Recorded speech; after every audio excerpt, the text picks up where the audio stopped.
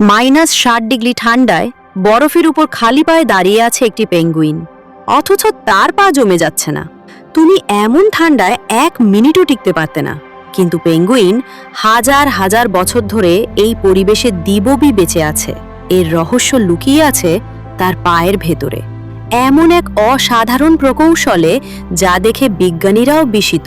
অন্টার্কটিকায় তাপমাত্রা অনেক সময় -60 ডিগ্রি সেলসিয়াসে নেমে যায়। ঝড়ো বাতাসের গতি ঘন্টায় 200 কিলোমিটার পর্যন্ত পৌঁছাতে পারে। এই ভয়ঙ্কর পরিবেশেও পেঙ্গুইন শুধু টিকে থাকে না, ডিম পাড়ে, বাচ্চা লালন করে এবং স্বাভাবিক জীবনযাপন করে। পেঙ্গুইনের পায়ে রয়েছে একটি বিশেষ ব্যবস্থা যার নাম কাউন্টারেন্ট হিট এক্সচেঞ্জ। এখানে ধমনী ও শিরা একেবারে পাশাপাশি থাকে।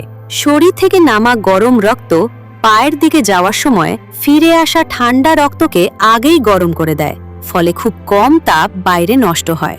পা তুলনামূলক ঠান্ডা থাকে, কিন্তু শরীরের মূল অংশ উষ্ণ থাকে। আর পায়ের চামড়া ও টিস্যু এমনভাবে গঠিত যে তাপ সহজে বের হতে পারে না।